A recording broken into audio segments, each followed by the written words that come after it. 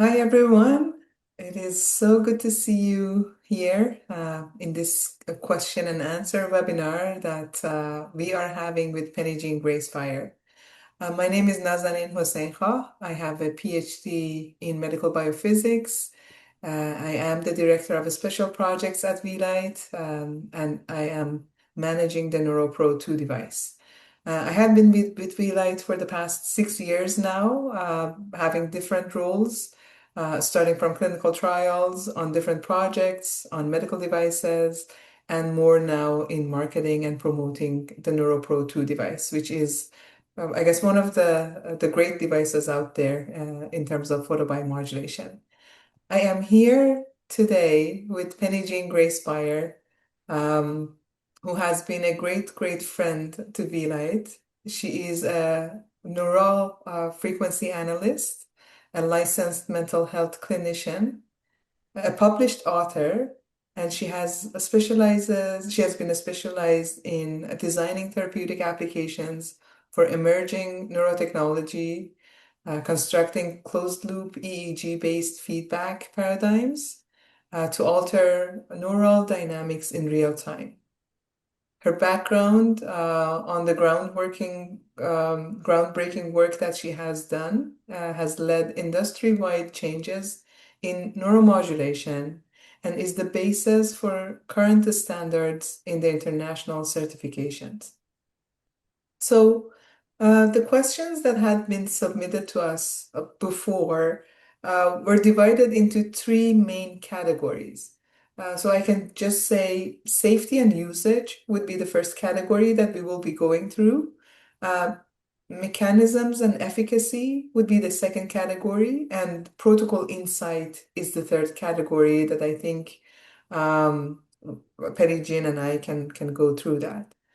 Penijean, welcome to this conversation. Hey, Naz. Hey, everybody. We are really excited about this. So let me start by going through the questions one by one. So I mentioned safety, right? So I have a question here. Um, the person is asking, what are the typical adverse effects of overdose or overuse? Is there any risk of brain injury? Are there any published animal toxicity studies on long-term or high-dose usage? So let me share my screen as well as we are talking, um, so that I can actually point to you what my opinion is, and I'll let Penijean also talk about her own opinion as well in terms of this question. So what are the symptoms that you can see in general from using red or near infrared light technology is maybe temporarily redness on the skin or swelling, maybe mild pain or irritation, maybe just transient side effect due to photobiomodulation. In terms of toxicity, I was actually looking into the literature as you see on the screen. So there has been a couple of studies looking at long-term effects. Um, Vielight has not done so many long-term studies. Like the maximum we had gone was 6-month follow-up, or maybe maximum a year follow-up. But if you want to talk about more than years follow-up, Vielight has not done such studies. But there has been some literature, published literature that talk about that, and it seems that photobiomodulation is very safe. There hasn't been much of a side effect, or there's no toxicity in that perspective. One potential side effect that you can get is going through the biphasic dose response because dosing is very much important. And so surpassing that biphasic dose response can increase oxidative stresses, which it by itself can have some side effects, for instance, fatigue or irritability or pain, that sort of stuff that you would know something is off in your body. But I have to tell you that Vielight devices are on the market since 2013. And as an ongoing act that we do, we collect feedback from the field, and we haven't had much of a side effect or in terms of toxicity, in terms of a long-term effect that we are talking about. So I hope I answered that question. Penijean, do you want to add anything in terms of this question? I think a little bit later when I talk about how to do some evaluation and tracking of whether or not something is working for you, one of the things that I'm going to reiterate is that most of the time a response is either we categorize a response to ourselves as a positive, a negative, or just a non-response. And for most of the last few years that I've been working with photobiomodulation, the negative responses that I have gotten have been, my opinion, classified as fatigue responses. So unless we're actually talking about the mechanical failure of an LED and it overheats or something happens, right? Which I personally have not experienced with Vielight, but I know it has happened in earlier prototypes and in other devices as well.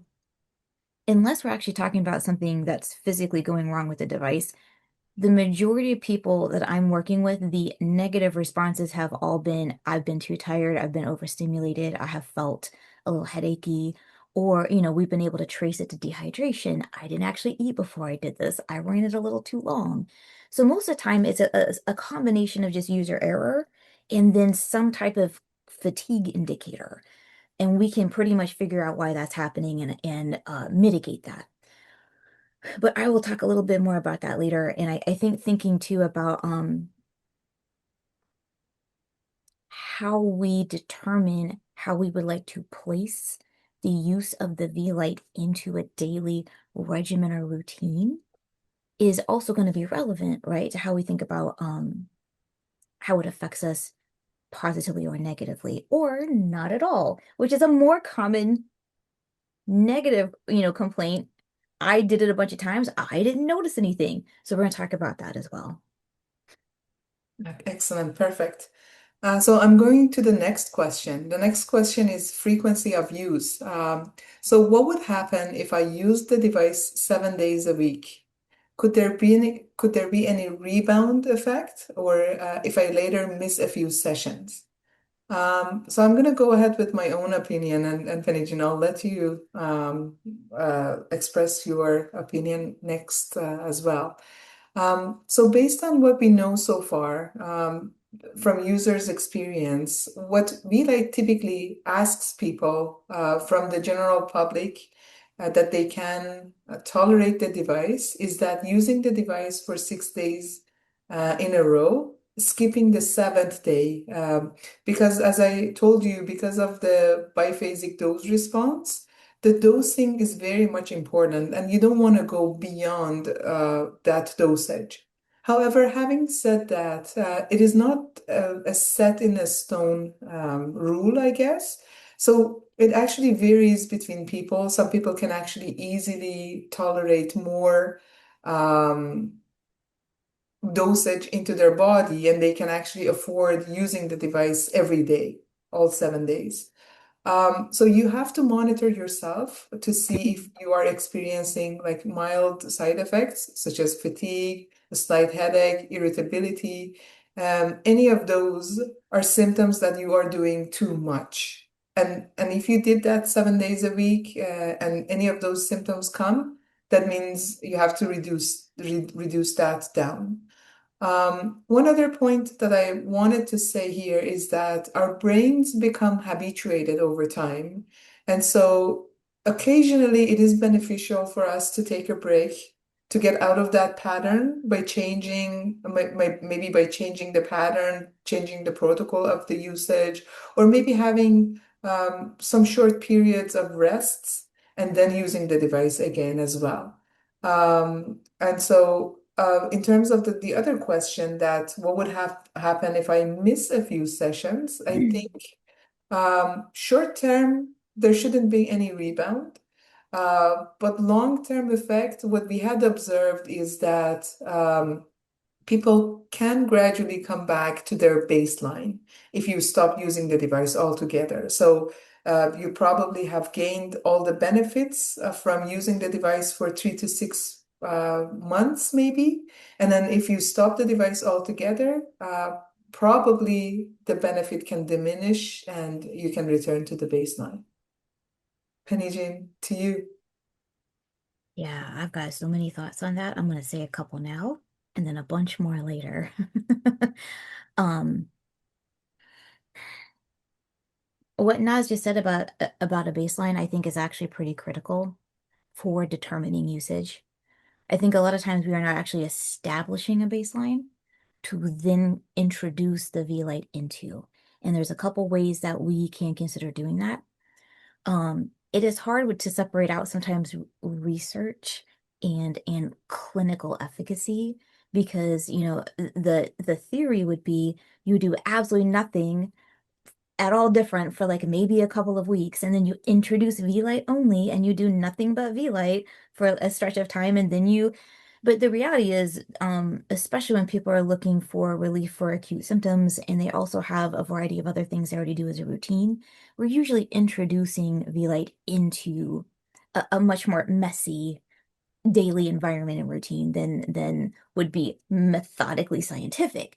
So we're trying to walk that line between how do you establish a viable baseline? Like, let me just genuinely not change anything about my routine for 1 or 2 weeks, and then let me introduce Vielight in and actually do some good note taking and tracking about what I'm observing over maybe 2 to 4 weeks of use of it. Anything other than that is okay. Like there's no really wrong way to do this. But the reason that most people have trouble deciding is something working or is this the right protocol or did it make any difference is because they're not actually noting and tracking the data. They're not doing the data gathering that lets them understand what's happening. And so a big part of what I think will contextualize a lot of the questions within today is going to be what is your approach for gathering the necessary data, making your notes, doing the tracking, and understanding the other variables in your environment that could impact you so you can determine if you are using your Vielight device in the most useful way for you specifically. Excellent.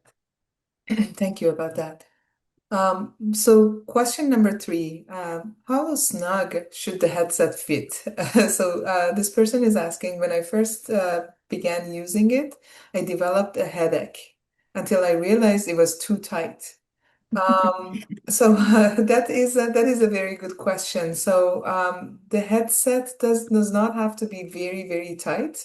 I guess the only rule that we have is try to get the LEDs as close to the scalp as possible. So if you can remove the hair, if you can, there are 2 straps on the side of the device. There are a couple of silicone components that comes and let you like remove or change the LED location a bit. Um, Try as much as possible to get those LEDs in contact and have the device on your head. It shouldn't be very wiggly, but it shouldn't be very, very tight to develop headache. With this model, I know that the front portion of the device is not very comfortable, so that is something that we are working towards uplifting for the next generation of the devices. But as I said, the only recommendation is the LEDs should be closer to the scalp as much as possible, and that is the only rule. So you don't have to worry about wearing it too tight. I can move on to the next question. So that is concurrent or same day use.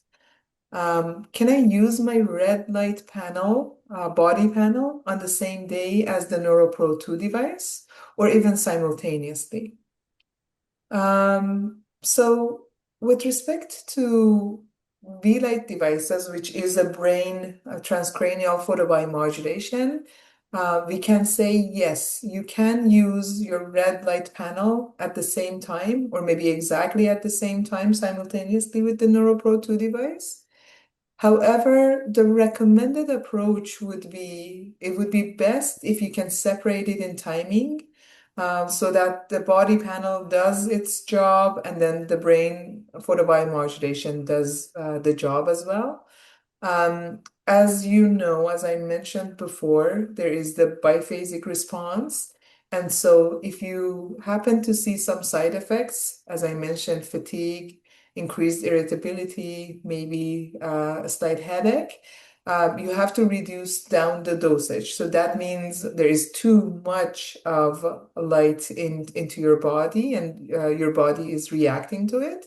So maybe doing the sessions on alternating days. So maybe doing Vielight today and then your red body panel tomorrow, something like that. But that is my opinion. Penijean, what do you think about that? I think part of what we are trying to figure out, because again, remember, we've got decades of research on the application of photobiomodulation or low-level laser therapy to everything below the neck or potentially to the surface of the face, but we have less. It is still emerging, the science of applying it transcranially um, through the skull. And so part of what we've been trying to do is take what is useful and relevant from all the research that we know about, just full body application, but understanding that there is potentially going to be some variability to how trying to put light through skull bone is going to change its efficacy or application. So it's much easier to absorb light just directly through your skin when we're not trying to go through a bone, right? So when you're using a panel that's just like on your skin, you're going to absorb that at a slightly different rate and for different reasons and have different outcomes. So many of the red light panels that people are using, they tend to generate power by having a lot of LEDs over a wide just space, right? With the transcranial photobiomodulation, we tend to have more focused LEDs, although with the Neuro Pro 2, you've got a pretty decent array, pretty good coverage. But we tend to be a little bit more focal with our thought process and regional and then the LEDs often can be stronger in power for the purpose of better penetration. So the reason I'm kind of putting them in two slightly different categories is it's all light, but your body may absorb it at different rates. So you want to think about that. And I would agree with Naz, like honestly, I've got a handful of people I've worked with that work with light panels and what appears to be beneficial when thinking about combining it. And all of this is emergent and anecdata. But what appears to be beneficial for most people is either, like Nas said, alternating days between the panel and the Vielight, or at least putting a good 6 to 8 hours in between. And if you wish to do it at the same time, do fairly mediated amounts of your two independent devices. So maybe make the time shorter or potentially turn the power down lower. So just consider like mitigating how strong both the devices are producing light at, how strongly, and also just how long you're gonna maybe run it. So because I mean I've had a couple discussions with people who are using peripheral light devices. And so people who have some difficulty with neuropathy, potentially in the hands and feet, they're potentially trying to also repair or reinnervate uh, functional peripheral neurons to help with balance and motor movement disorders.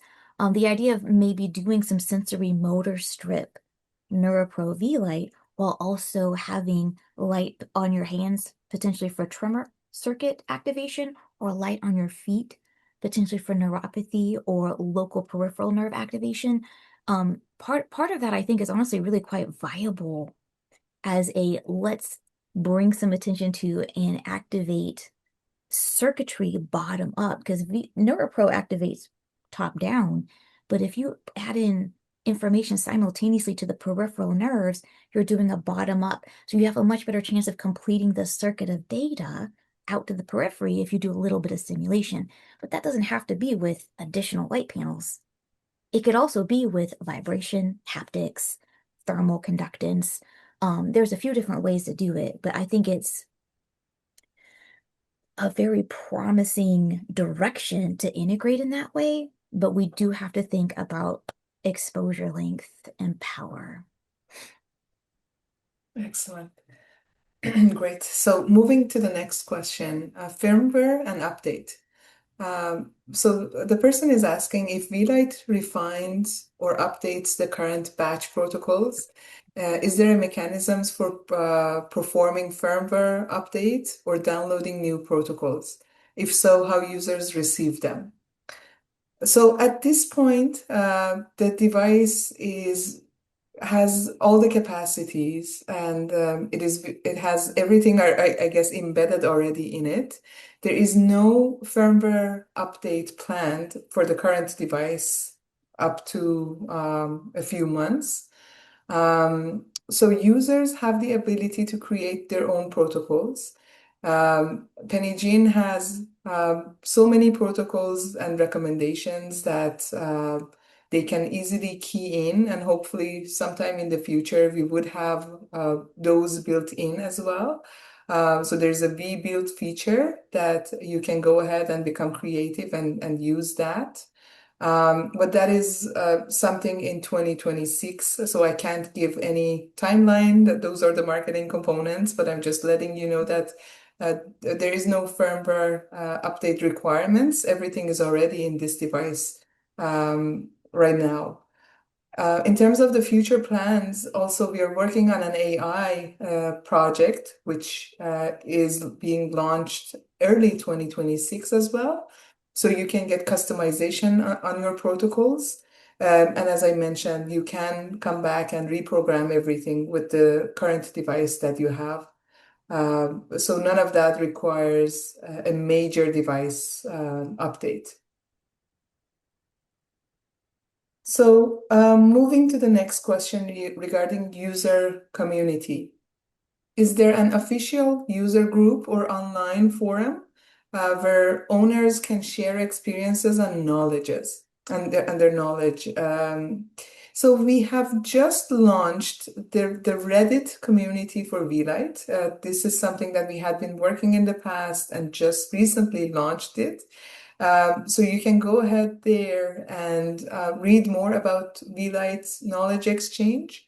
But I have to warn you that this is a very new platform, so not so many users have gone there and posted their experiences yet. In addition, we are hosting the monthly community meeting every month. So this is something that any device owner can come to that community meeting and have share their experience and exchange their knowledge. Also, we have a master class in photobiomodulation that this is something new from Vielight as well. And I'm going to share the link to the master class that our CEO, Dr. Lu Lim, has educational components on the device use and also on the topic of photobiomodulation. And you can read more and educate yourself on that as well. Okay, so moving on to the next question. The person is asking, I have had my machine for a number of years. I've been using it as Parkinson's prevention device. My question is, how long would I expect this machine to perform adequately? So let me share my screen one more time because they mentioned about Parkinson's. Where do I find this here? Oh, there you go. So they mentioned about Parkinson's, and I just wanted to quickly make the claim or disclaimer that we are not a medical device company yet in terms of Parkinson prevention, and we can't make any medical claims regarding disease prevention or treatment. However, there is some available evidence related to Parkinson's disease, and there is some conducted research on that. So there's a group in Australia, and here's the publication that you are seeing right now. They had looked at some of the components of Parkinson's. They had been using the gamma device, and the outcome for the device there has been increase in time up and go in mobility, in walking speed, in dynamic balance. So there has been some significance in terms of improvement with those Parkinsonian symptoms, let's say. But then coming back to the question, I guess part of the question is also regarding performance of the device itself, like maybe longevity of the device. So typically our devices will last maybe between 5 to 7 years, depending on how good you take care of them. Our devices always come with a 2-year warranty. And then once the warranty is finished, we always repair the devices. So you can get in touch with us and get your device repaired. And as long as you take a good care of the device, I guess there should be long enough. I've seen people having their devices for maybe 10 years or now and still using the device. So that is what I can tell in terms of this question. I don't know, Penijean, if you have any insights regarding that question. Whenever you're working with literally lights, whenever you're working with actual light emitting devices, at some point there's always a variable potential for it to burn out, especially if you use it a lot.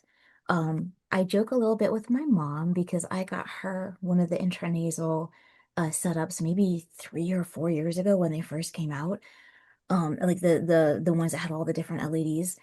And she used that thing multiple times a day for about a year and a half. And at one point, she burnt out one of the LEDs just from using it so frequently. And out of that came kind of two things for me. One was, sort of the ease of process of interacting with the Vielight company, purchasing a replacement, doing sort of, but also the other one was I had some concerns that she was potentially overdoing it, having like literally burnt out the LED. And this was intranasal only, right? And she was doing sort of the double in her nose, the two LEDs. One of the things that has definite, again, anecdata, one of the things I will tell people over time is that we are absolutely in an investigational phase. It's an emerging science. People are going to respond differently. Not everyone responds to, supplements in the same way, food in the same way, different meds in the same way. However, I have very rarely seen someone really be able to overuse just an intranasal device. It is much more common for people to get a little overstimulated or more fatigued, going full all those LEDs simultaneously. And so far as, hey, what about the sort of the durability of it over time? If you're burning out a light bulb before 6 months to a year, either we've got an actually just effective light bulb, at which point Vilight's wonderful about the warranty replacement. But if you are burning something out within 6 months to a year, I think we should also consider how frequently you're using it. If you are using it more than, 30, 40 minutes a day, and you are not experiencing any type of fatigue effects, I would also strongly encourage you to alert, narrate, report, because we are really trying to figure out that spectrum right now of kind of fragility, vulnerability, and durability, even just in the human in the human capacity, right? Most people are hanging out in the middle. We've got some very fragile, vulnerable people who cannot take a lot of stimulation. And I've got people who are doing 2 to 5 minutes a day. And I've got other people who are doing about an hour a day. To me, that is a very wide range. And we are still trying to extract principles for use. This is why we're saying, like, listen, that 20 minutes a day seems to be about ideal based on a handful of pieces of research and what we know. But we are really trying to take into account and support that variable individual application as well. So my mom seems to be doing great, but also she's only using the intranasal. So, you know, worry more about the durability of yourself than you are about the device. But they are light bulbs. They do burn out eventually. Yeah. So that is that is the lifetime of the device. I was reading somewhere that our LEDs can last for 10,000 hours, which can Yeah. be years and years. So that depends on how good, I guess, we take care of our devices. And I will go to the last question in terms of safety and usage, and then maybe we can just jump into the next category of other exciting components of the questions. So the question is, there has been some discussion in the past about frequency of usage, and they are wondering if they should be using it every other day or what is the current recommendation. So what Vielight says right now as the current recommendation is using our devices every day for 6 days in a row, skipping one day, skipping the seventh day. So that is the best, I guess, recommended use. And there is this alpha gamma protocol embedded into the Neuro Pro 2 device. The recommendation for that for the timing in the day is maybe doing it in the morning or maximum early in the afternoon. Um, Typically, what we tell people is using the alpha frequency. You can use that in the evening time, but then use the gamma frequency earlier in the morning. So those are the typical recommendations that we have. But Penijean, if you have any other thought about how they should go about and use the device, let me know. I'm gonna say a slightly controversial thing, as is on brand. The majority of the time when we're talking about a 40 hertz range that we call gamma, or that 10 hertz range that we're calling alpha, and how and when we would use them, we're often thinking about alpha very much as a let's kind of help you shift out of that faster, more engaged, more alert set of tasking states and shift into something a little bit more relaxed. And we're talking about gamma. We're discussing the idea of shifting up into something more engaged and task focused, right? How and so it makes sense. We joke a little, gamma's a bit the caffeine vibe, the caffeine frequency, whereas alpha's a little bit more the Wine. yeah, that's a legal one. And so we think of them in terms of like in sort of engagement or energization or maybe relaxation, right? However, if you have a really distinctly kind of predominant slow wave brain, if you've made a lot of if you've either had an EEG analysis or you've had a recent significant infection or illness or even a brain injury, and we're just expecting there to be a lot of slow waves, some people can actually find a 10 hertz range, which is kind of at the top end, right? Slow waves is almost everything below 10 hertz in our general arbitrary breakouts. Pretty much everything below 10 hertz we would consider slow. So some people might actually find that alpha to be a helpful speed up engagement. So them doing alpha in the morning feels a little engaging and energizing and helpful. Some people may run an alpha frequency and feel invigorated. They do not feel relaxed. They feel energized. And of course, the majority of our discussion is alpha for relaxation, gamma for engagement, right? And so like I'm running alpha and it's making me feel like more energetic. What's wrong with me? Actually, there's a good possibility that it's helping you, instead of helping you kind of slow down out of that more general persistent fast frequency state, it's helping you actually speed up a little bit out of a more persistent, possibly diffuse slow frequency state. So if you run alpha and you feel more energetic, that's a completely reasonable response. Some people also report that gamma helps them feel more relaxed. Again, we're thinking of it a little simplistically, right? Like as an energizer. But for some people who have fairly unregulated neuronal firing, which can happen for a variety of reasons, um, they have a hard time doing some dual inhibition, kind of being able to inhibit what's coming out of them, being able to differentiate from or ignore what's coming in. And gamma ranges are excellent for doing helping to support that complex dual inhibition, right? And so for some people who feel a little bit uncorralled, they'll run gamma, and gamma helps to increase that complex inhibition, and they actually feel much less besieged by the external world and much less stressed and compulsive. So for them, gamma actually feels like a relief. It feels relaxing. And so this is why we say, like, listen, we've got some basic principles for what we think these different frequencies should help support you in doing. But if you put it on and you have a different experience, that is equally valid. And there's usually a reason why that's happening. Excellent. Yeah, that actually answered my question because I also heard that some people are using gamma at night and using Mm. alpha in the morning, and I never knew the detail about why that should be done. But that's interesting. So it is more personalized than that. That's very interesting. Okay, going to the next category of questions. So it's the mechanisms and efficacy of the of light and device. So the question is hair and skin penetration.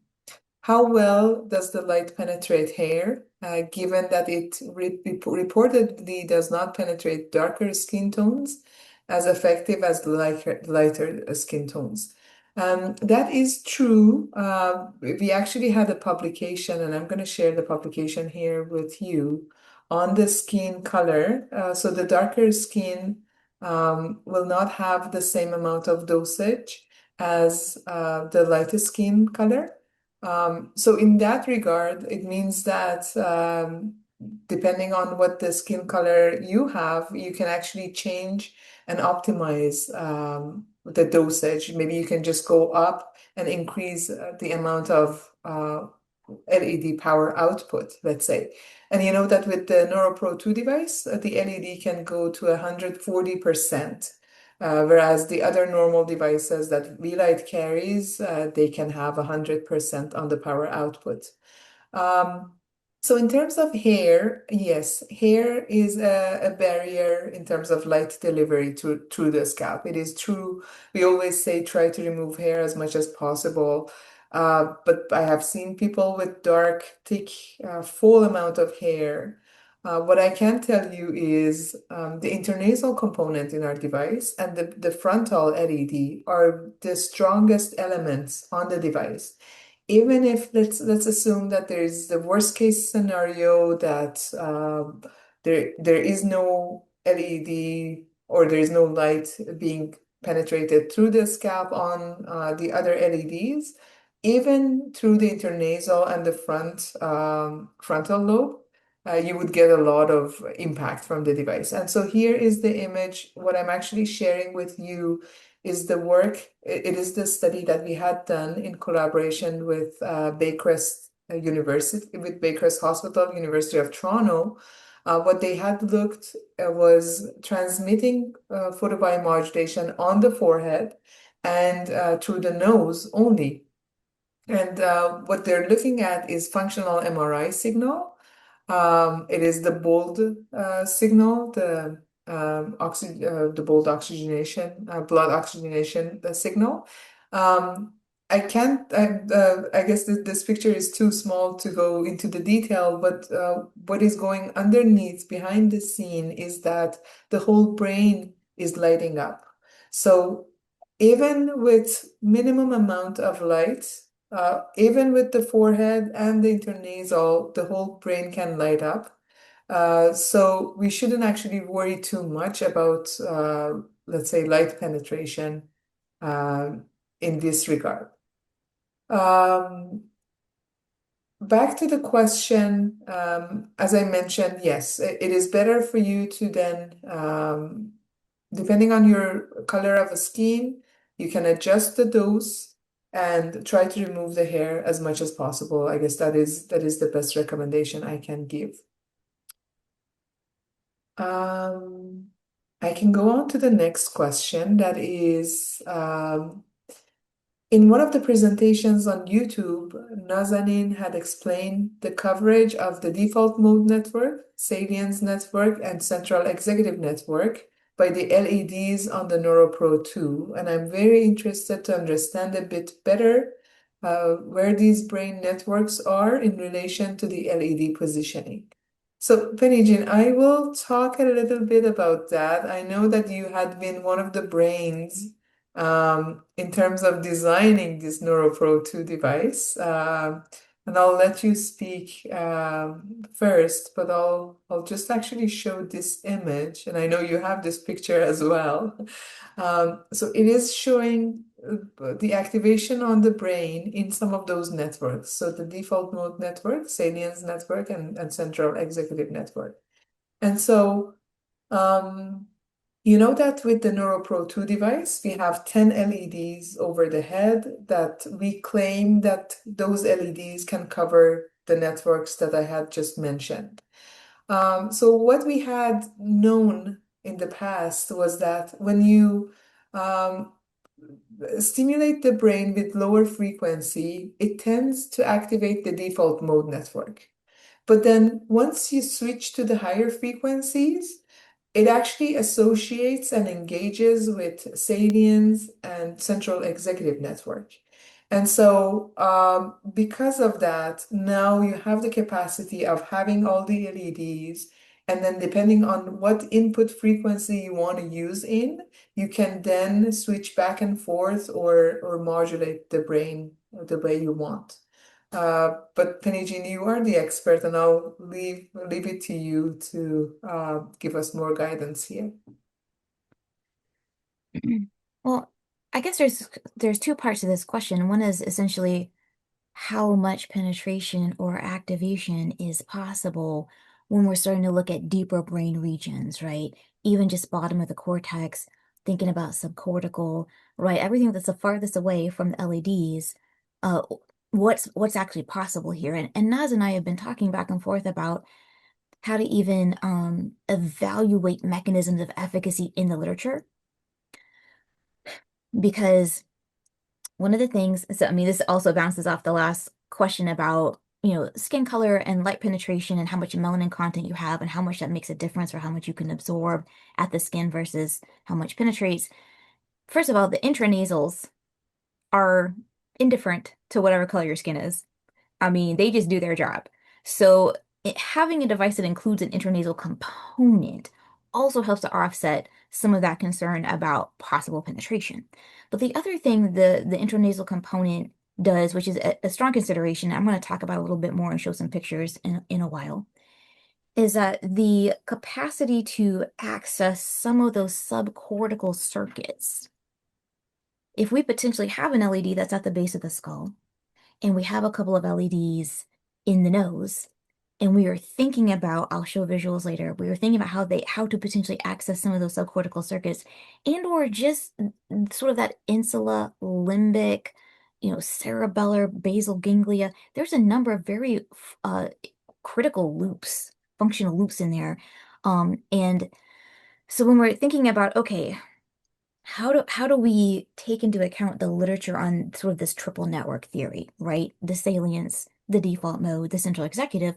Part of how we discuss that is where are the physical regions in the brain that we see activated when we are looking at the behavior of these networks. So with the salience network in particular, there's a strong anterior cingulate cortex component, that ACC in the visual, which Naz, you fancied up your visual. I want your copy. She put a little bit more on there.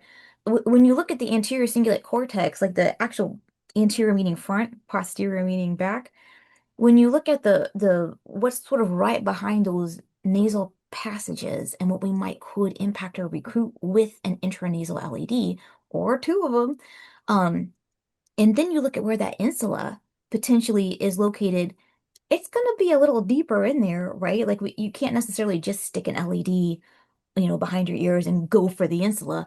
But if we potentially have an LED at the base of the skull, we have some that we can slide down to kind of behind the ears, and we have the intranasal component, and we synchronize that little network pattern, then we actually have a pretty decent chance at activating a salience network response because we're mimicking the locations of as close as we can get proximately to the brain regions that make up the salience network behavior. So we can do that with the default mode network. We can do it with the central executive network.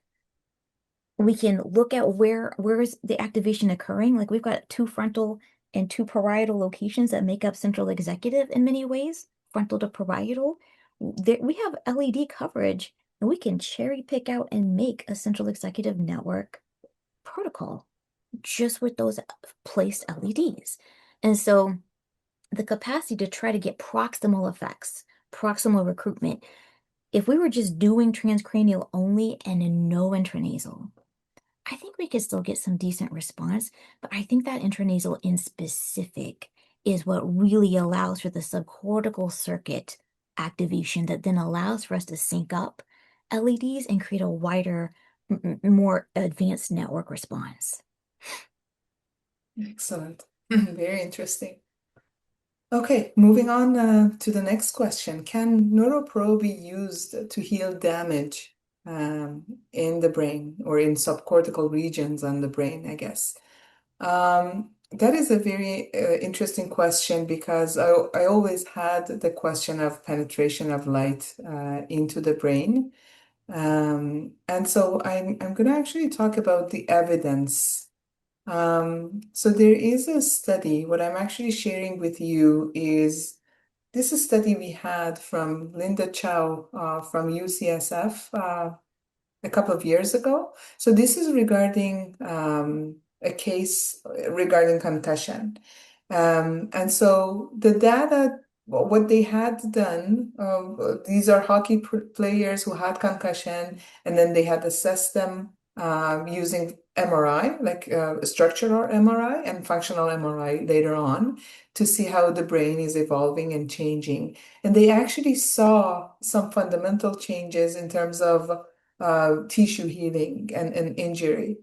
And those are good evidence from the literature. And this is only one example. Like we just had a couple of other research published from University of Utah regarding these fundamental changes and healing in the tissue. And in terms of photobiomodulation, we know that it has been known for several years, maybe 60, 70 years now, that people use that for tissue healing. Now imagine using it on the brain, and maybe that can also help in terms of healing the tissue. So that is what I think um, can be can be a good use of the device. I'll go to the next question. Has there been any studies or programs to support the sleep? That is a very interesting question. Let me go to another slide that I have here. So this is, bear with me one second. This is a study, it is a firefighter study that we just published, if I'm not mistaken, just this year in 2025, yes. So this firefighter study focuses on a population that are exposed to extreme occupational stress. So they had frequent overnight sleep disruptions, and the modality they used was the alpha device. And statistically significantly, what was observed for them is their sleep improvement, some of the metrics related to sleep, some of the measures in terms of maybe PTSD was improved. So this is a very interesting study that shows photobiomodulation is low risk, but then at the same time, it could be effective in some areas, for instance, in terms of sleep. So this is one of the case studies. They only used alpha for 8 weeks at home, and that's how they did it. But then coming back to the Neuro Pro 2 device and going to the community meetings on a monthly basis, I know that everyone becomes very creative in terms of creating their own protocols and programs on how to reduce down the frequency to improve their sleep, or there are different ways that people can become creative. Penijean, if you have any ideas in terms of maybe a sleep protocol, let us know. I have been thinking about that actually. Some of the questions that we got were specific around pain protocols. Pain and sleep are very common.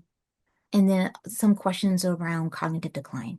Mm, So I am going to discuss that a little bit more in detail. One of the things that I would like to say, referencing what Nas has stated earlier about we've already built a lot of things into the background of the app, of the interface that will allow for us to do much more expansive protocol design and dropping protocol drop.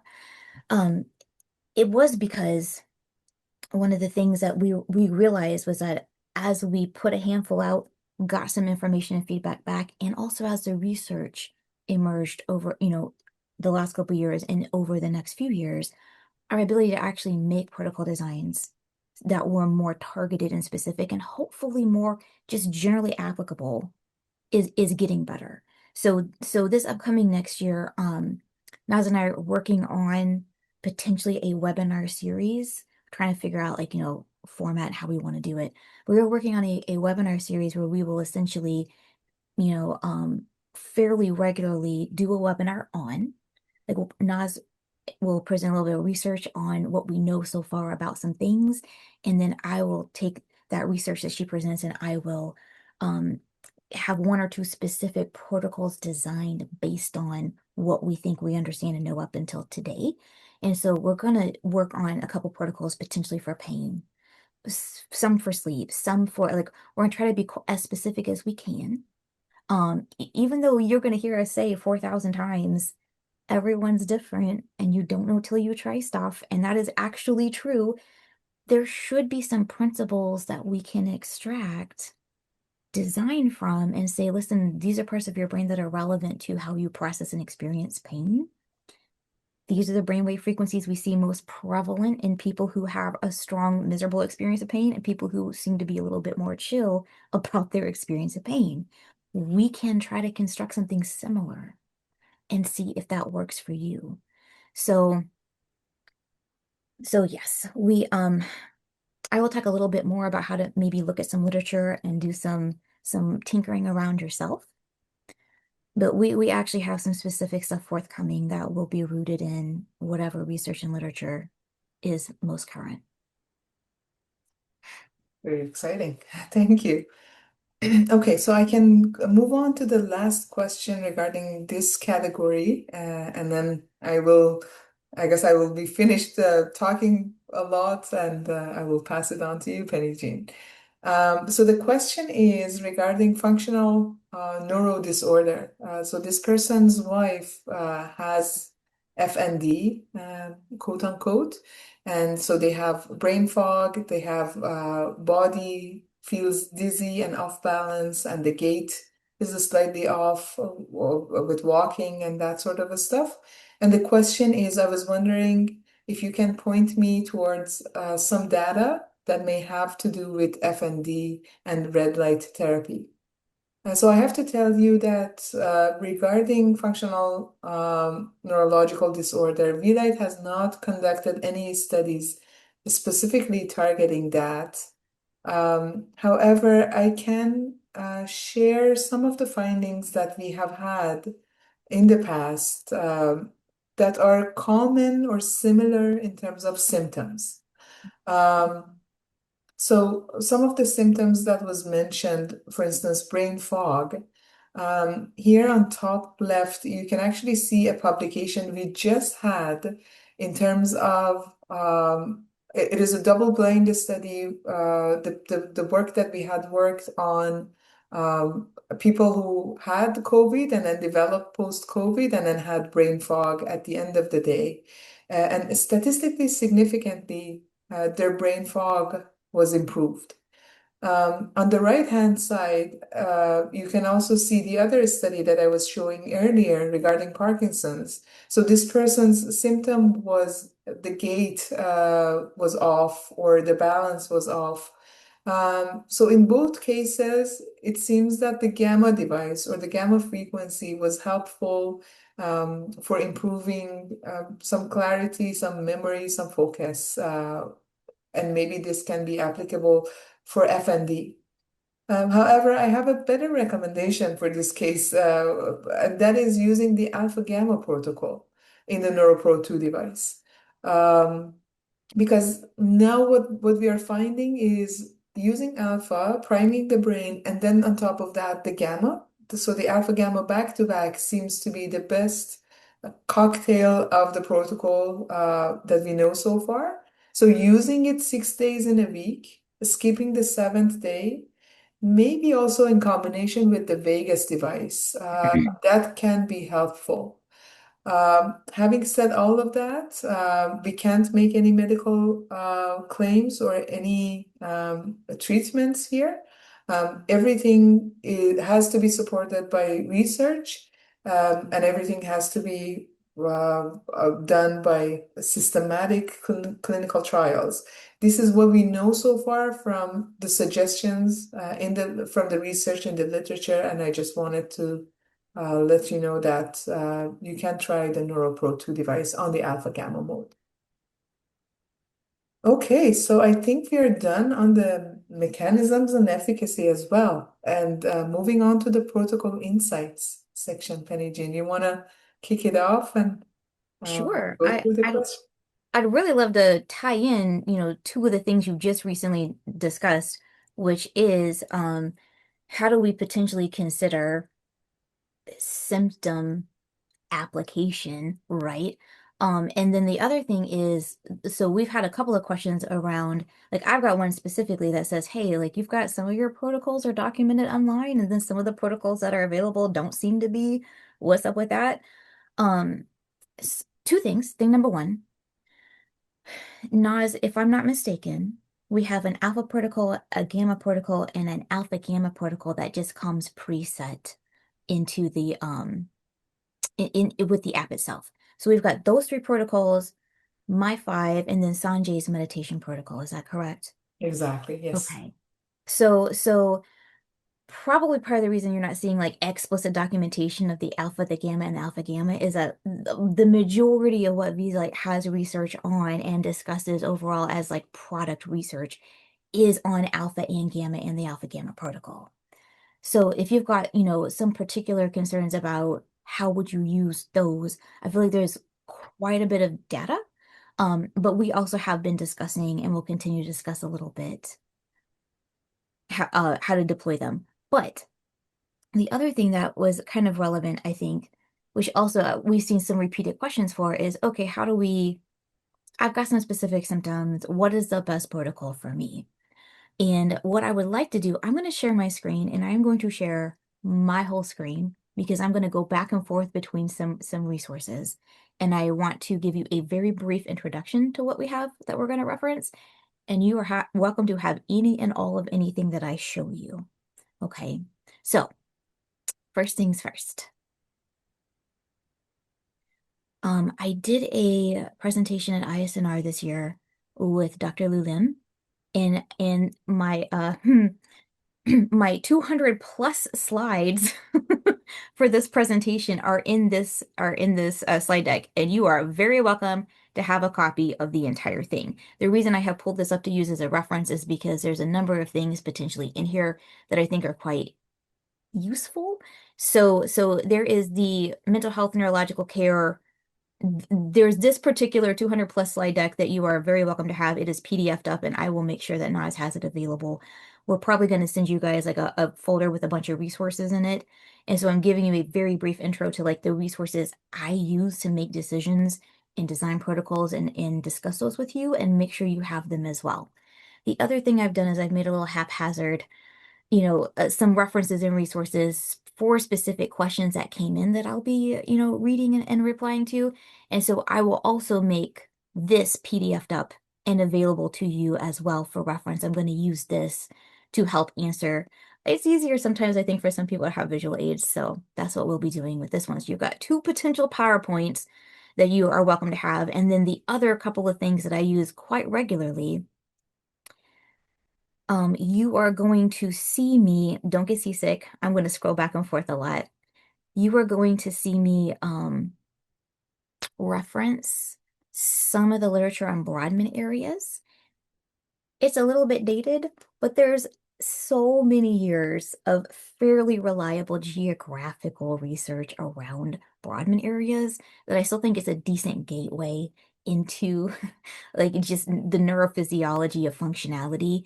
And the other reason is that a lot of the EEG analytics that we might base some of this on have been correlated with fMRI and Brodmann area regional spatial functional estimates of what's supposed to happen where in the brain when you do things. And so what I've also done is created you a small little, hey, these are the Neuro Pro LED, these are the Neuro Pro LEDs. And you have absolutely seen, I am sure, that little guide that comes with it. And also online, you have seen me make a stab at giving you, if possible, the simplest high-level overview of how to think about the neurophysiological correlates under the superficial LEDs, right? So you've gotten this from me, and this is quite primitive, but the reason that I provide it is to just give you a starting point. And today I'm going to give you the next couple of expansive support materials that you could use to inform maybe a slightly more sophisticated or advanced protocol design that you would like to experiment with yourself.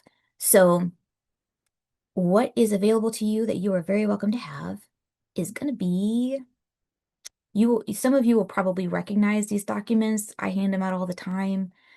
So this Brodmann area document, which is actually I think was made for nurses to help for studying for exams. This is super useful in helping us to kind of understand the translation between like a surface regional mapping and what's deeper underneath it in the brain. And the reason why this is useful is because we can essentially track out what we might be able to impact by actually pulling and choosing LEDs. So this particular document has a very detailed summary of what happens in roughly each of the Brodmann areas. So when I come over here and I say, hey, listen, the rough associative locations of these NeuroPro 2 LEDs will potentially impact our recruit response from these specific Brodmann areas. What does that even mean? We've got two documents to help support you figuring out if this is what the part of your brain that's in charge of the functionalities you would like to see changes in or improvement in. So one of those is the one I just showed you, and the other one is this little guy. I also use this to help myself reverse engineer from a symptom back to a brain area. Because we just talked about functional neurological disorder. I've got a number of questions about cognitive decline and dementia. And if we are discussing, okay, what does it mean? Oh, you've got dementia. Oh, you've got functional neurological disorder. Oh, you've got cognitive decline. If we categorize out sort of the main symptom clusters a lot of people come for help with, it's some combination of we've got difficulty with memory, we've got difficulty with kind of executive function and inhibition and self-control, and we potentially have difficulty with motor movement or balance, right? Like those are sort of the big categories. And so if we're thinking about what are the parts of our brain that underlie those motor networks, if we do a Brodmann area correlate, this particular document actually says what are all the Brodmann areas implicated in different types of motor function. It gives me auditory and visual. I mean, olfaction is really quite useful when you're thinking too about recruiting intranasal response. And then, it's a very good breakout. Especially, I appreciate how it tries to take memory and separate it out into different categories as well. And so, and even just with the executive function, so if I've got someone who cannot really make plans or has like poor inhibition, frontal dementia, frontotemporal is going to be memory and executive function. Temporal dementia is primarily memory, cannot retrieve or recall. And then we've got that sort of motoric, where like you've got people who are cognitively fairly okay, but they're really having trouble maybe speaking or gait and balance is off, tremors are happening. So this lets me kind of break out, right? And then go and look and say, all right, well, a lot of my sensory motor across the top of the head, what is actually, how far can I break that down? Each of these blue numbers is a clickable link that opens up to a PubMed article that lets me look in more detail about research relevant to, and a lot of it has fMRI correlates, research relevant to brain regions.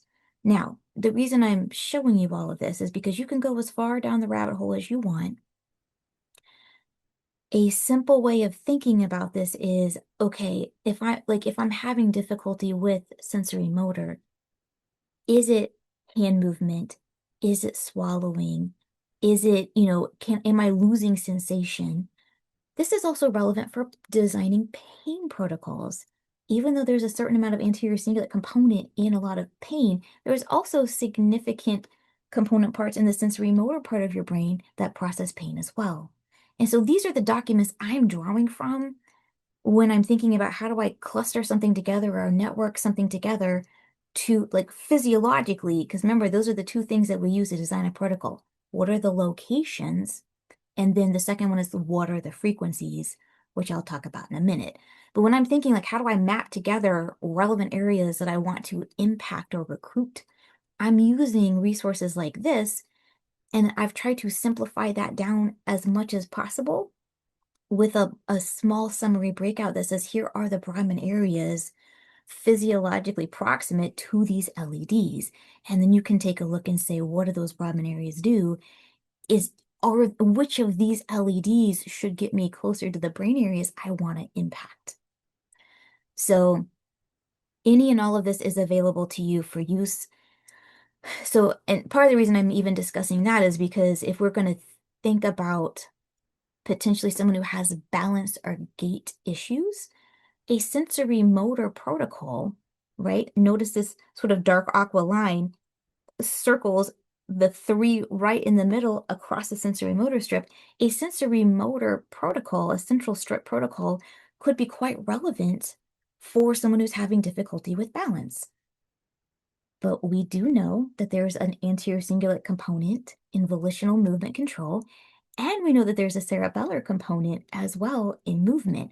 So if you want to put together like a good balance and gating protocol, you might want to consider the intranasals, the sensory motor three, and then also potentially the cerebellum. Like that's how I would think through putting something like that together locally, right? Okay, I am going to now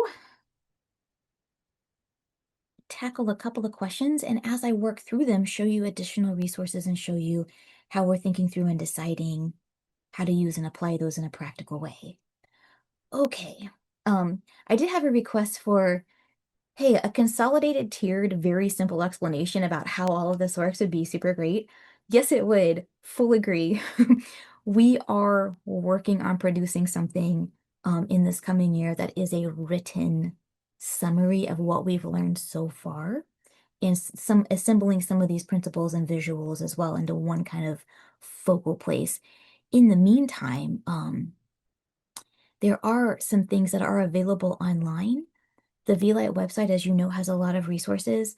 One of the ones they put together where they've tried to comb through the videos on the Vielight website, and we can also download this and just have it available in the PDF format. One of the things that the production team has tried to do is go back through a number of the webinars and pull what they think are maybe some of the most useful and relevant insights or observations and turn that into this little support guide that talks about what's actually happening when you do photobiomodulation. What does some of the research tell you how to consider the actual mechanisms of action? And then it takes some of the things that I've discussed as well, and applies that to how would we physically make the protocols, and then also how would we think through choosing those locations and potentially choosing those frequencies. So I think this is honestly like a really decent little summary, certainly as a starting point. Okay, so I would, if you haven't seen this and you haven't downloaded and taken a peek, I would actually do that. We're going to attach it to our list of resources that Naz will make available, so that will be there as well. Okay. Uh, uh, um. Is it acceptable to use a gamma protocol earlier in the day and an alpha session later in the evening while relaxing or watching TV? Would doing both on the same day be excessive? Also, will I derive less benefit if I use a Neuro Pro 2 while watching TV or working on the computer? We get this question a lot.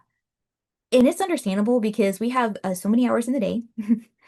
And being able, one of the advantages of something like photobiomodulation is you actually can put it on and use it while doing other things.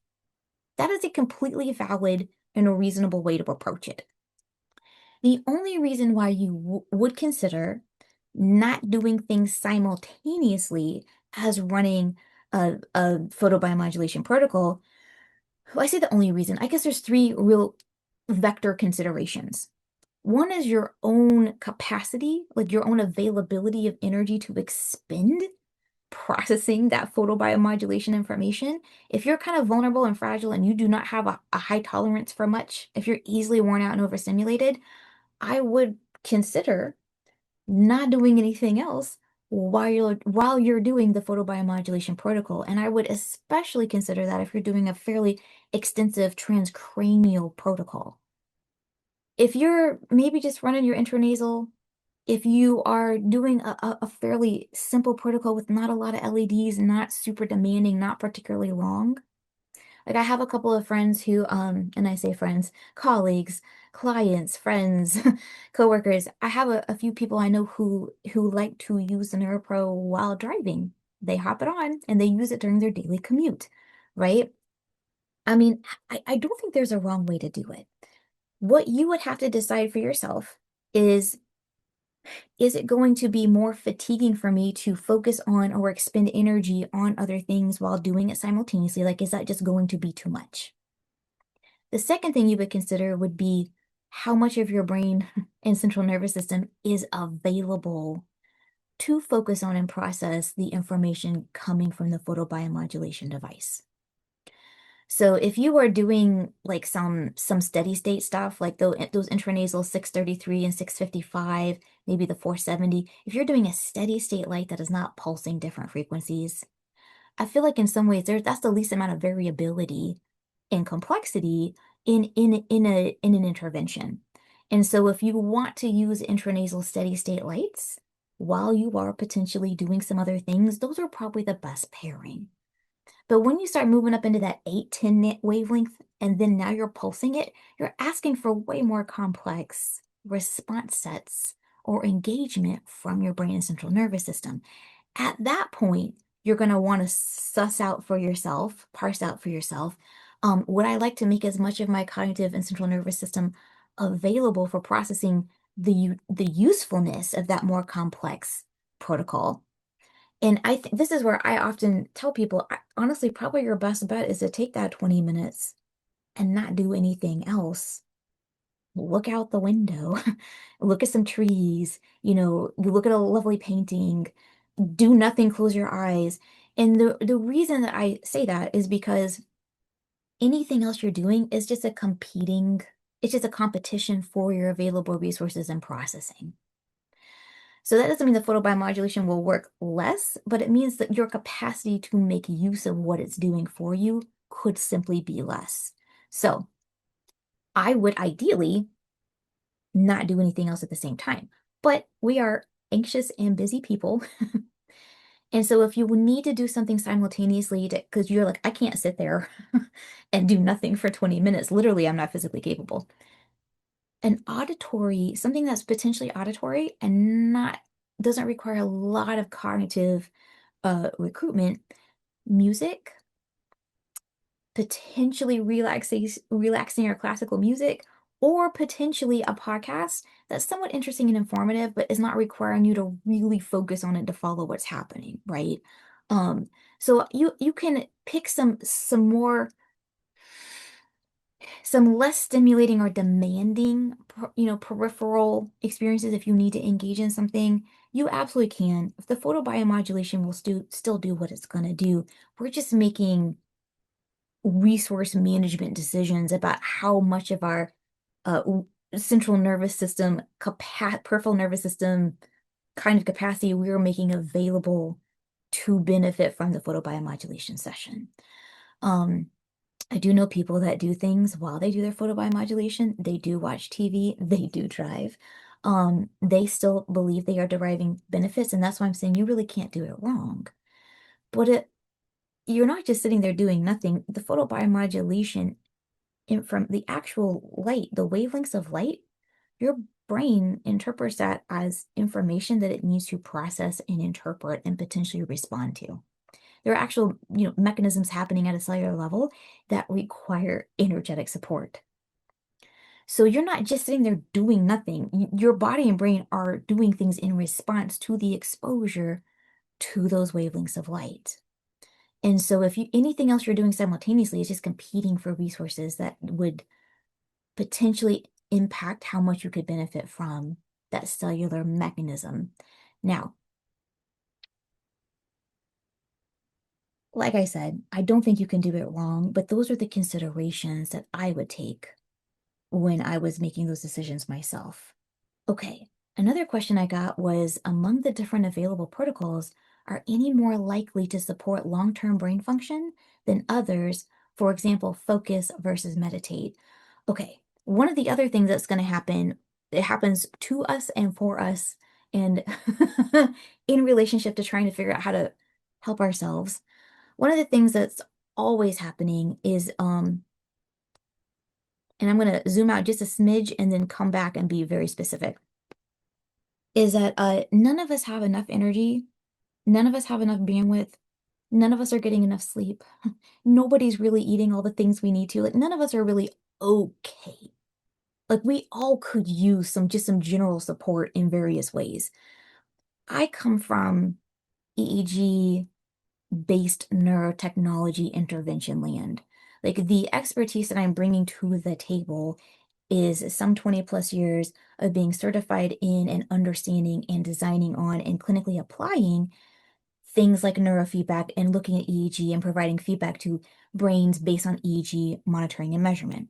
So one of the things I've encountered over the years is I'm literally asking brains to engage with feedback loops that ask for changes in brain activity and helps us support the development of new network infrastructure. And it's kind of an active training engagement exercise with the brain.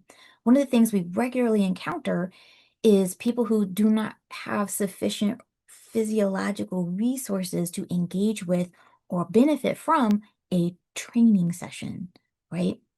And so it's not so easy to just eat everything you need. And even if you eat well or you take supplements or you nutritionally you're putting what you need in your body, not everybody can break it down and absorb it and use it as effectively, sometimes because of injuries and illness, right? So if you've got an actual resource deficit potentially that is impacting, how are we supposed to do anything about that? And that was what originally drew me to Vielight, was this idea that there is something that we could do that was fairly passive, right? That could help to produce some additional activation or recruitment of energetic resources, some engagement that would then allow for something like neurofeedback or some type of physical training to be able to take effect to the degree it could be beneficial. And so in this particular PowerPoint, I've included a handful of references. This is a very small selection of what is out there. Like, why are we doing near infrared light? Why are we doing any of this at all? Like, what is the point? And so the idea of what is actually helping us to produce stuff that we need at the cellular level, this is one of the things that has emerged in the last 40 to 50 years as being quite beneficial. And so the research is out there. So how do we take this idea? Like, I've already bought into near infrared light, and specific wavelengths of light can help to stimulate my body to do certain things because we use light information all day long to regulate circadian rhythms and to regulate, engagement, wake and sleep. And there's a lot of environmental cueing that we get from light information and light changes throughout the day. So why can we not just take light and extract out specific frequencies of it and try to be a little bit more targeted and strategic with the effects that we can experience from giving light information? And so when we're just looking through, like, I've already bought in, I'm in on that. So I am not, so because I've decided that that is how it works based on what I understand, now I'm moving to, okay, if I think this is going to help with cellular repair, I think it's going to help with, actually increasing my capacity for, growing new networks or synaptogenesis, the genesis or the creation of new synapses. If I think this is actually the possible power boost up that then allows my brain to form networks and to learn things and to retain them and to implement them usefully, then how do I take that capacity and use it for strategic results? This is really, and this is where I come in with the different brainwave frequencies potentially help me to ask the brain to focus on specific types of tasking, and the different locations can help us focus on specific capacities. That's where all this is coming from. And so as we are just looking through where do things live in the brain, all of this is available for you. As we're looking through all of that, and I'm saying things like, okay, motor control is not just the cerebellum or the sensory motor area, there's entire networks. We are really trying to actually design stuff based on networks. Like this is what it is, really. And so how do we ask for a network of LEDs to do something? One of the ways is to ask for every LED to do something at the same time, right? So this is where I'm going to grab another couple questions and kind of answer them specifically with that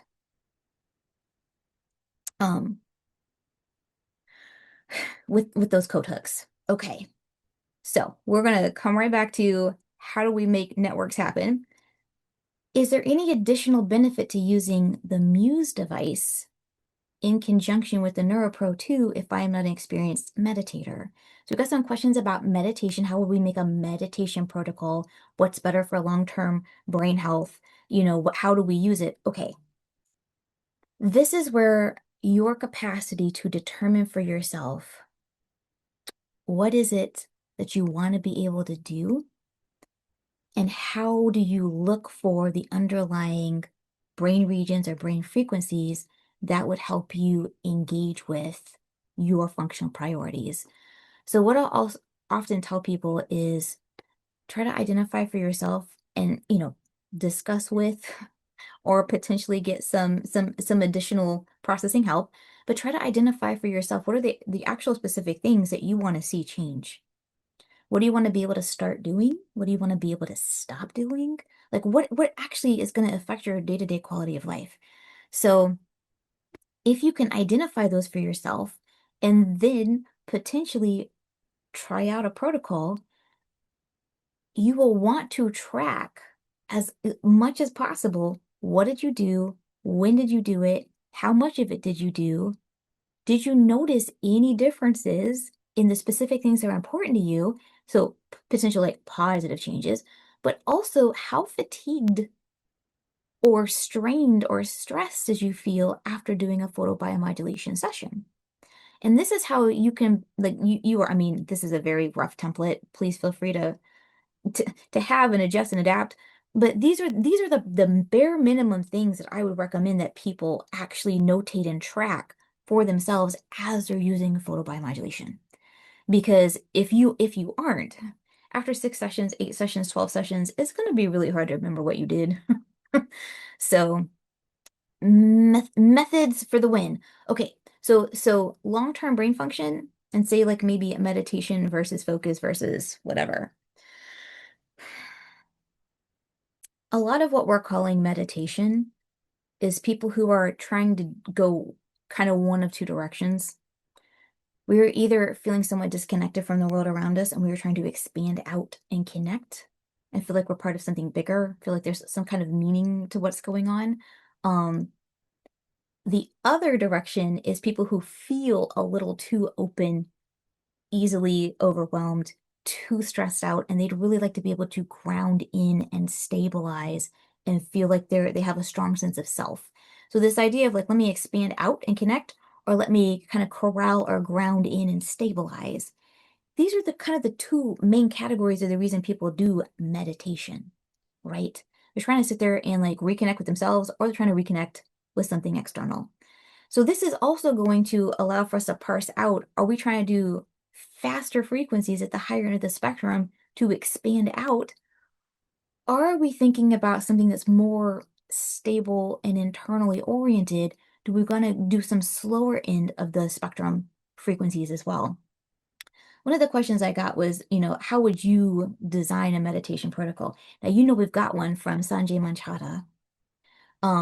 And I think it's lovely. And I don't usually speak on other people's work very much other than to just say, like, I'm an admirer. Um, what you can tell from looking at his protocol design is that it is definitely an expand out. It is a higher frequency expand out option because, one of Sanjay's regular request that he gets from the people he works with is, I want to, I want to be more connected to the universe. I want to, kind of do all the psychic fun things. And so a big part of his focus is how does he help people expand out? One of the things that is really interesting when you work with people who are trying to kind of do meditation, that idea of sitting with yourself and trying to either connect deeper or connect wider, um, and processing what that means and what that experience is like for you. One of the things that is quite interesting is when people hit what they say feels like a meditative state, there is an increase for a lot of people in some higher beta or gammas. Let me actually go sit on that slide for you while we're talking. In some higher betas or gammas, um, it's actually quite typical for people to see an increase in the high betas or the gammas as they're kind of hitting that meditative state. But it is also quite typical to see a simultaneous increase in a slow wave. There's often a delta that goes up similarly with the gamma, and sometimes there's a little theta that'll go up with a high beta, right?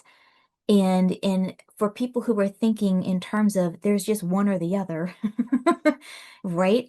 The idea that frequencies could pair up or they could couple up across frequencies, cross-frequency coupling is something that is a new and interesting idea for a lot of people. So if I were to potentially make a couple of meditation protocols, I would actually probably really make use of that cross-frequency coupling capacity, which I'm going to talk more about in just a minute. And I would probably pair up a delta range or a slow theta, maybe a alpha range. I'd probably pair up a very slow range with some high frequency gamma or potentially even some high end of the beta range. And the reason I would do that is because I think it helps to stabilize and physiologically support all of the higher level activation with the complex tasking. So we really rely on deltas and thetas to be the carrier waves for physiological resources, neurotransmitter propagation and recruitment, the actual building blocks we use to repair and the consolidation component. Like a lot of that happens in the slow waves. And so the slow waves are actually stabilizers for kind of everything else happening. And so if you're just going pure gamma and you don't have like a simultaneous increase in delta or maybe a alpha range, there's a more of a likelihood you're going to feel a little bit disconnected, a little bit maybe overstimulated, or sometimes people will describe feeling kind of untethered or like they're spiraling out just a little, and it's kind of harder to restabilize or ground back in. So I probably pair up a high frequency with a low frequency and think about how those work together just endogenously in the brain.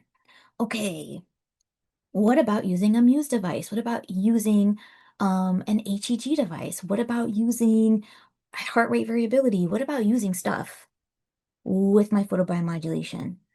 I'm a big fan. I genuinely think that integrating different interventions together creates a much more immersive and informative experience for most people's systems. I would just say, like, just think through how each of your interventions works and think through how they could support or enhance each other. And be and so be more likely to have like a sort of a positive progressive outcome as opposed to being overstimulating. So for example, like with something like Muse. Muse is if I'm not mistaken, if I remember correctly, I think that their EEG sensor sites are across the forehead. So there's sort of a forehead oriented EEG recruitment and approach feedback mechanism. Something like HEG can often be forehead oriented as well, right? You put it on the forehead, off you go. One of the lovely things about something like HEG and the idea of being able to recruit actual metabolic response, right? The vasodilation effects of something like that, the potentially the engagement effects of something like using a Muse to do some attentional recruitment. Anything that I think is frontally placed has very particular utilities. And so what we would want to do with photobiomodulation would be thinking about what actually happens when we recruit frontal lobe engagement and how could we then support it. So if you think network wise, if I can recruit frontal lobe, if I can activate frontal lobe, what would I like my frontal lobe to be connected to? Because if I do like a parietal placement with some of my LEDs and I do parietal to frontal lobe, what does that remind us of? Remember the central executive network, right? If I do sensory motor in frontal lobe, I'm helping to, incorporate body proprioception, sensory motor integration, basically brain and body. If I'm going to do occipital or temporal and frontal, so if it's just almost like doing this is almost like doing neuroscience math, not computation. It's almost like doing neuroscience math where you're literally saying, if I put together this area of the brain and this area of the brain and I ask for them to network together, what are they individually responsible for? And if I ask them to do something simultaneously, what can they do together? What is the sum of their parts that is greater? That's sort of the network philosophy, which allows me to introduce another very kind of simple supportive document. This has been around for a really long time. Shout out to Dr. Warner for putting it together. Um, when people try to think through like what is actually happening in the different regions of the brain, right? Now, this one is parsed out by 1020 site, which is EEG language. But over here in your Brahma areas doc, we do have a lovely little electrode positions corresponding to Brodmann areas. What is important though is this idea of just neurophysiologically, what is under those frontal regions of the brain? If you're going to put LEDs in the front, what would those LEDs possibly recruit? If you're going to do frontal recruitment with HEG or a little Muse headset or anything else, what actually would you expect to see some possible changes in function in? So this allows for us to have a small, simple summary that is written in words. Some people do better with the picture, some people do better with the words. So there's some utility to kind of being able to match up, depending on your background, different ways of thinking about breaking the brain out physiologically. Okay, so if I was going to then put together a protocol like I've got someone with frontotemporal dementia. To me, an HEG potentially paired up either sequentially or simultaneously with some temporal LED, maybe some cerebellar LED placement could enhance the benefits of both. I actually have some thoughts on pairing intranasal with frontal placement EEG or frontal placement HEG. I think that there is some significant potential benefits for some sort of frontally oriented intervention. And so if you potentially have other devices and you'd like to add a little photobiomodulation in, one of the simplest ways to do that is with the intranasal devices only. But if you've got a Neuro Pro too, you don't have to put the whole thing on. You can put anything you want on your head, and you can still take those two intranasal LEDs and you can program them to do anything you want. So I would also consider, for myself, I would consider the genuine utility of just using nothing but those intranasal units to pair up with other things. And I think that's a way to mitigate, and also to make it easier. Sorry, I'm pulling up my next question. To make it a little bit easier to gauge stimulation or overstimulation effect. I have another question about, hey, I'm moving the device around on my skull. I'm trying not to overload one specific area. Is this a good idea? Nas talked about habituation. Yeah, I do think moving things around in an intentional pattern potentially could help reduce the habituation effects. And I also think that there is benefit to doing just focal work. But I think if you're going to do focal work, I think you should maybe consider 2 or 3 days of focal stim and then 1 or 2 days of a network. Because really the bandwidth capacity and processing speed, that expansion that you can benefit from any of these interventions is going to be network based. Okay. My mom has dementia. What protocol would you suggest? I'm using the alpha gamma, rest and recovery when she's over anxious, sometimes emotional support. This is what we were discussing earlier about when we talk about dementia, is it memory? We'd want to potentially go off after, temporal, maybe a little frontal. Is it sensory motor, gait, tremor? Is it difficulty with, inhibition, frontal? We can't really leave out the parietal because again, the parietal really integrates a lot of the primary incoming sensory inputs and coordinates with the frontal cortex to do prioritization, selective attention, complex inhibition. There's really no part of the brain you can leave out, which I think is why it's very common for people when they sort of design protocols. It's really not uncommon for people to want to take all the LEDs and turn them all on at the same time. The protocols that you have from me, and let me just make sure I'm finding you the protocols that you do have from me in that little guide. I have too many things open. Where's the little guide? The one that just like the excerpt one. If you guys are not using your Vielight website for reference, I mean, everything is on here. It really is. Um, Condensed guide. This little one. The one that comes with the device that has my 5 protocols in it, you will notice that the majority of them do not run all the LEDs all the time, right? Most of them will kind of do some full LED stem, but a lot of times I am actually going back and forth between a full coverage and some targeted network, right? And part of that is that habituation response, right? I'm trying to change up what we're asking it to do. And part of it too is just that I'm actually looking for purposeful, strategic, like maybe subcortical recruitment to then build up to something a little bit more complex and demanding. The only one that is different is the focus protocol. This is all the LEDs all the time, the whole time.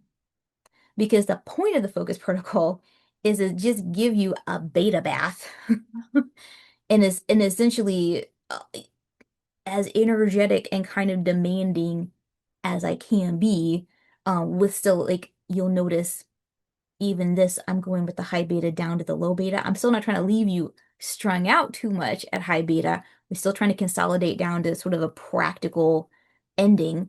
But I've had a couple of questions even just about this specific protocol. And one of them was saying that they would really like to do this full high beta, but 11 minutes felt too long. What was actually happening in these sweeps? And I have been back and forth a little bit about revealing every single detail of all the designs. However, there is definitely some obvious clues you can put together, and I'm just going to literally put a road sign here. See how this is 11 minutes and see how it says high beta? If we go back and we physically look at the sort of arbitrary breakouts that I've used, high beta is a 25 to 35 hertz range, and that's basically just 11 frequencies. That high beta sweep is just 11 to 20, is just 25 to 35, and it's a minute at each frequency. And you'll be able to kind of reverse engineer a few of these protocols by just, sort of looking at what I'm calling the ranges and what I've, put on the protocols. But I mean, somebody who wants to take that 11, 25 to 35 range, and instead of making it 1 minute at each of them, they want to make it like 20 seconds for each or 30 seconds for each. You can shorten any of the protocol sections by kind of just taking the concept and making the actual pieces less time. Okay. I've got some repetitive questions about should I be doing stuff with my eyes open or eyes closed. Here's what I will say about eyes open and eyes closed. If you close your eyes, you are actually cueing your brain into a different activational state, which tends to have less activity in the occipital regions and tends to have a little bit more of a slow wave prominent, or should have a slightly more slow wave prominent uh state activation, right? And so if you are thinking I would like to be more energized by my protocol, I think an eyes open state, honestly, would probably be more useful for that. If you wish to be more disengaged and relaxed, I think an eyes closed state while running that protocol would be more useful. And I think but I think the environmental cueing of having an eyes open or eyes closed and how much activation you're requiring from your occipital lobes to integrate in all that visual input with everything else, I think that's an additional thing you could do to enhance the potential state shift ability impact of a protocol. Again, can't do it wrong, but that could help depending on what you're trying to actually do. Okay. Um, I have some specific questions about A and B and cross-frequency coupling. I'm going to show you a couple of examples of like customized protocols that I have built for some people who have kind of some complex challenges. And this first one was for a gentleman who has tinnitus, and I fortunately was able to get a brain map on him because we're going to talk about doing it with a brain map and doing it without a brain map. I was able to get a brain map on this gentleman, get his EEG information, and I was able to look at the actual frequency ranges and where he was having kind of atypical activation. And so as I'm going through, 14 hertz, 18 hertz, this is eyes closed on the left and eyes open on the right. Part of the reason I'm showing you this is because he had a very different eyes closed on the left and a very different eyes open on the right activation pattern in his brain. So he had a number of things going on, but his main complaint was tinnitus. And that's what he wanted the photobiomodulation to help him with. And I was like, there's a lot of etiology potential behind how you can acquire tinnitus. And let me see what your brain's actually doing, and then what can we potentially cobble together to try. And so you'll notice as I'm going through, this is 27 hertz. I'm skipping. I'm just kind of sort of giving you a representational 32 hertz, and then 37, and then 42. What becomes very clear, kind of looking across this representation of for that full spectrum of analysis, is he had a left frontal thing going on and a right posterior thing going on, right? And it was fairly consistent through a wide spectrum of frequency activity. So I said, okay, we got some frequency ranges to consider, and we have some locations to consider. So I made 4 individual single protocols for him. And then I batched them together in a sequence. So the total together is about 20 minutes if he runs the whole thing. And I'm going to physically show you what I did. These are the protocols. You'll notice that as he goes through his sequence, that I am essentially asking for different combinations of LEDs. Like I'm trying to focus on some different stuff, but I'm pretty much doing that front left, rear right coverage with every stage, even though there's some variability. And you'll notice that I also kind of stage up that healing sweep is a 1 to 432 hertz. You'll notice like that first stage, these are the LEDs that I turned on. These are the actual settings, starting frequency, ending frequency, 1 hertz step size at a time, 1 second, that's 432 seconds. Not hard math. But that's going to be a little over 7 minutes, right? And that is happening at these locations. That second stage, that's about a little over 3 minutes. I'm doing a 14 to 24 hertz. That's a sweep, right? But I'm staging up the sweeps because if you watch, I'm doing 14 to 24, then we're doing a 27 to 32, and then we're doing a 37 to 42. I'm thinking about that whole range of what we were seeing that left to right, and I'm just doing some slightly different coverage. Like I've got some, physiological reasons why I wanted to vary it just a bit. But I built this protocol out, and so you guys can think about using that sweep function. You can stage it out, and you can do like some slightly variable locational or LED recruitment. This is a really simple protocol sequence to build because all I'm doing is picking LEDs and telling it what frequency to begin at and what frequency to stop at and how long I want it to run at those frequencies. So doing a sweep protocol like this, like I'm asking for activation across that full range, but this like something like this isn't hard to build, right? Okay, sweeps are fantastic. I use them for probably 70% of what I do. Because I'm with the sweeps, I'm particularly thinking through locationally. I'm picking locations and then I'm sweeping frequencies because I'm relying on the locational choices. Because when you do a frequency sweep, you're asking everybody to essentially hang out in the frequency ranges at the same time. That is a simultaneous thing, right? Okay. Um, This is one that has, so CFC is cross-frequency coupling. So this is how I would build out a cross-frequency coupling protocol. I also had the brain images for this gentleman. I haven't included them because I think you understand the idea of like I would look at that and then I would make some choices. So this is more about how you would just build a thing, like mechanically. This person has some visual snow challenges. And so the cross-frequency coupling capability, I was still using the sweep function. So I would say I want there to be at these two intranasals, I want there to be a 24 to 44 hertz sweep. And at the same time, I want 4 hertz stabilizing. This is a slow frontal. It's like a delta basically. I want a delta stabilizer while I run that 24 to 44 hertz sweep. There's no cross-frequency coupling in this second stage. This is just straight 22 to 88. But you'll notice when I go over here, I'm doing a 25 to 45 hertz sweep, but I have a 15 hertz stabilizer. So it's giving me 15 hertz at the same time. So it's got the 15 hertz doesn't move. That just is what pulses 15 hertz. But at the same time, it's sweeping up between these other frequencies. So I'm not doing two, because you can buddy up just two. You can be like, I want to do a 15 and a 45, and that can just be what you do the whole time, right? But I'm taking advantage of that sweep frequency and I'm using the cross frequency pairing to stabilize that sweep as well, right? And so you can see that I've kind of made some specific choices here about what I wanted to happen.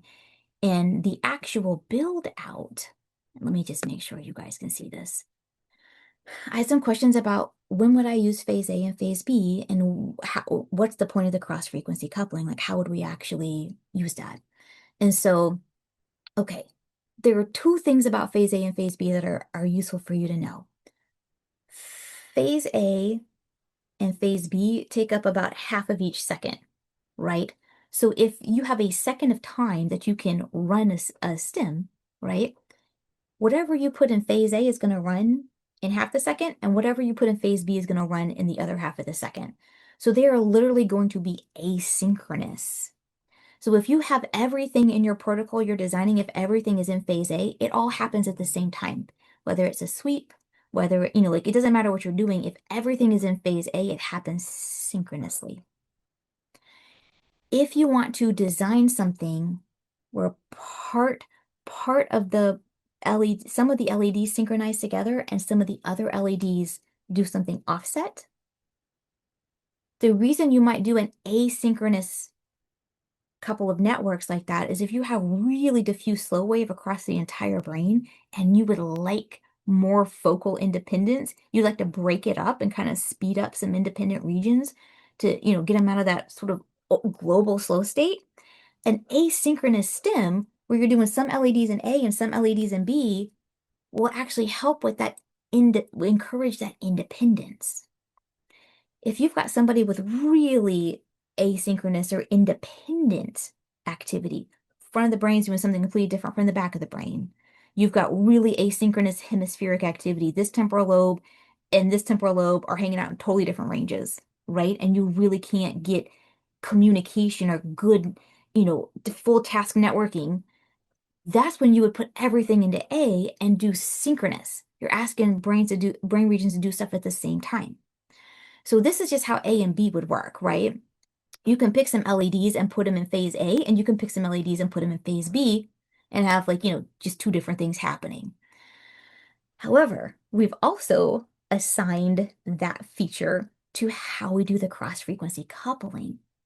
So the way you would do a cross-frequency coupling design is whatever LEDs, and let me pick a slightly fancier one, like maybe this one? Yeah. Whatever LEDs that you have assigned to phase A will also get the cross frequency. So what that means is that you can actually ask for only the LEDs, maybe only the intranasals, and maybe only C4, that kind of cerebellum placement. You can ask for only those to be in phase A. All of them can run the frequency sweep, right? Like you can have everything you've chosen can run the 22 to 40 hertz frequency sweep, 44 hertz frequency sweep, but only the ones that are in phase A will get the 2 hertz layered on top. So you can select out if you only want some of the LEDs to have the 2 hertz coupled with it and some of them to not have it. The reason you might want to do something like that is you might want to do a very slow frequency. And you might say, because I'm doing something kind of 6 hertz and under, I would like for that to only couple up with LEDs more along the bottom of the brain. I don't really think I want to do 2 hertz across the sensory motor strip, right? Or at parietal locations. So you might decide out of all the ones you want do in your protocol, some of them, you only want some of them to have the cross frequency coupling. You might decide the reverse for a fast frequency, like if you want to do like an 88 hertz cross frequency, you might only want that applied across maybe the parietal region. So everybody else would just be doing that general sweep while only the parietal region is getting that 88 hertz, right? So you can choose. If you do a cross frequency coupling, it doesn't have to apply to every LED. You can pick some it applies to and some it doesn't. And another question I had was about the delay. Okay. The benefit of doing something like a delay feature would be to ask for different parts of the protocol to start at different times. So if you want to do a 20-minute sweep, but you wanted during that 20-minute sweep, you wanted for maybe 10 minutes in the middle of it. You wanted to just start 5 minutes in and you want it to run 10 minutes. If you start 5 minutes in, you start a cross frequency coupling option. You have a sweep 1 to 100 hertz. Okay, that's fine. In 1 to 100 hertz, you want only the middle of that protocol, like maybe when they're hitting maybe 30s to 80s, you want like a nice strong 44 hertz smack in the middle of that. So you say don't start the cross frequency couple till about 5 minutes in.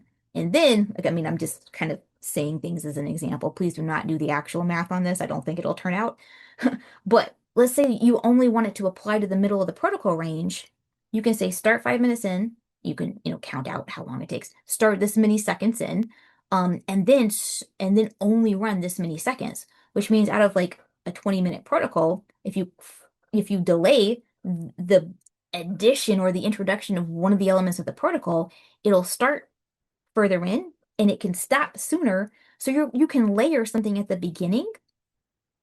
You can have two things that run different times. They start at the same time, but one runs longer. So you're only getting both of them for like the first half of the protocol. You can start one halfway in. So you've got one half of the protocol running, and then the second half kicks in, and the second half of the protocol, you've got two things running. And you can do stuff in the middle. So the purpose of the delay is to kind of introduce something into a protocol at some strategic point that you want it. In your resources that you have available, in these as well, I have included a couple of starting points for learning more about EEG frequency ranges, because some of the questions are, well, which frequency should I pick? Great question. What would you like for your brain to be doing? Um, these help to conceptualize what are the functions your brain tends to perform when hanging out in the different frequency ranges. Obviously, I try to give you a very small introductory summary of what the different frequency ranges would represent for tasking. But if that feels insufficient, understandably, there are a number of places you could go and look. And also, I included this one about stages of sleep because as I'm putting together some sleep and pain protocols, this one actually discusses, this little link actually discusses the stages of sleep and then discusses what frequency ranges of brain activity you often see in the different stages of sleep. I thought it was kind of accessible. Like, this is not overly complicated. They do a good job of kind of, sort of summarizing it. So that is a link that is included in here. Um, and then I just threw in some of the stuff that I have been looking at recently that helps me to kind of think through. These are just for fun. Like, what's out there, looking at oscillations of the brain and how that impacts function. This is some of the stuff that I've just been looking through and thinking about as I'm designing stuff. Um, I will end on, we were talking about the Salience network earlier. This is, listen, I donate to Wikipedia. I use Wikipedia. Um, this is a Wikipedia entry on the Salience network, and one of the things I thought was kind of useful from it, besides just that fun picture it gave us, was it tells us what the actual brain regions are that make up the Salience network. And so if you're thinking, okay, I'd like to pick a network and mirror its locations with my LED choices, this is saying things like parietal cortex, the right wow, temporal parietal junction, and the prefrontal cortex, the anterior insula. Okay, the front of your insula. When we're actually, you can look at any neurophysiological research or anything that makes up, you can actually take that and you can map that over to the LEDs. So when people say, well, how do I affect such a thing? How do I affect this network? Or how do I make my motor gate better? Or how do I work on attention? We are trying to give you starting points and then just support your investigation and experimentation as well, which is why I threw in that Broadman stuff. Okay, I'm gonna pause. Um, I'm gonna say 30 seconds more things. I also got a question about using AVE at the same time. Same principle. I think it's great. I think it's super useful. I think one of the ways you can consider combining photobiomodulation AVE is syncing up some of your choices. There's AVE protocols out there that essentially deliver specific frequency ranges. You can potentially sync up your photobiomodulation choices with your AVE protocol selections. And I think that could be useful as well. Okay, I'm going to pause. We didn't make it through all the questions. We are going to keep them and potentially try to work through more of them together in the next month or two.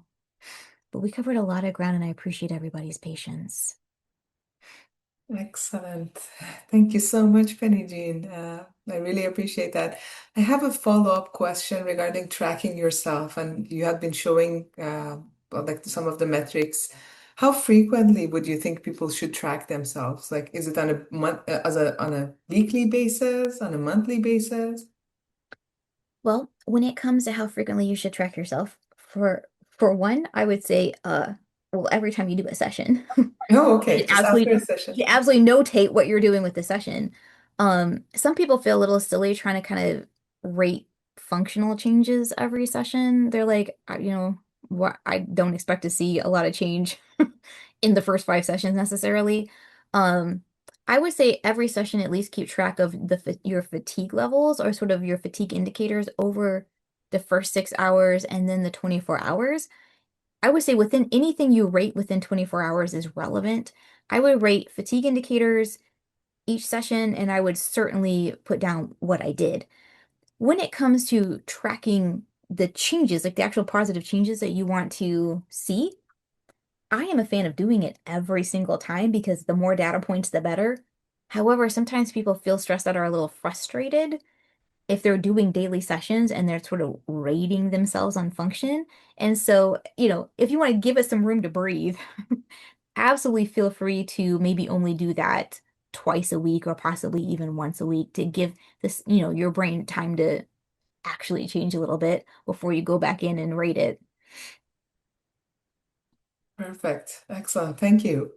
So if you had submitted a question in the past, but we didn't get the time or chance to get to you, well, we are so sorry about that. You can send the question again to pro.support@vielight.com. And hopefully sometime in the future we will get to some other questions when you post them. Okay, so I think that is it for today. I'm gonna end the session. I would like to thank every one of you for attending this session here. It has been wonderful, educational to me as always, and we wish you all the best. Thanks, everyone.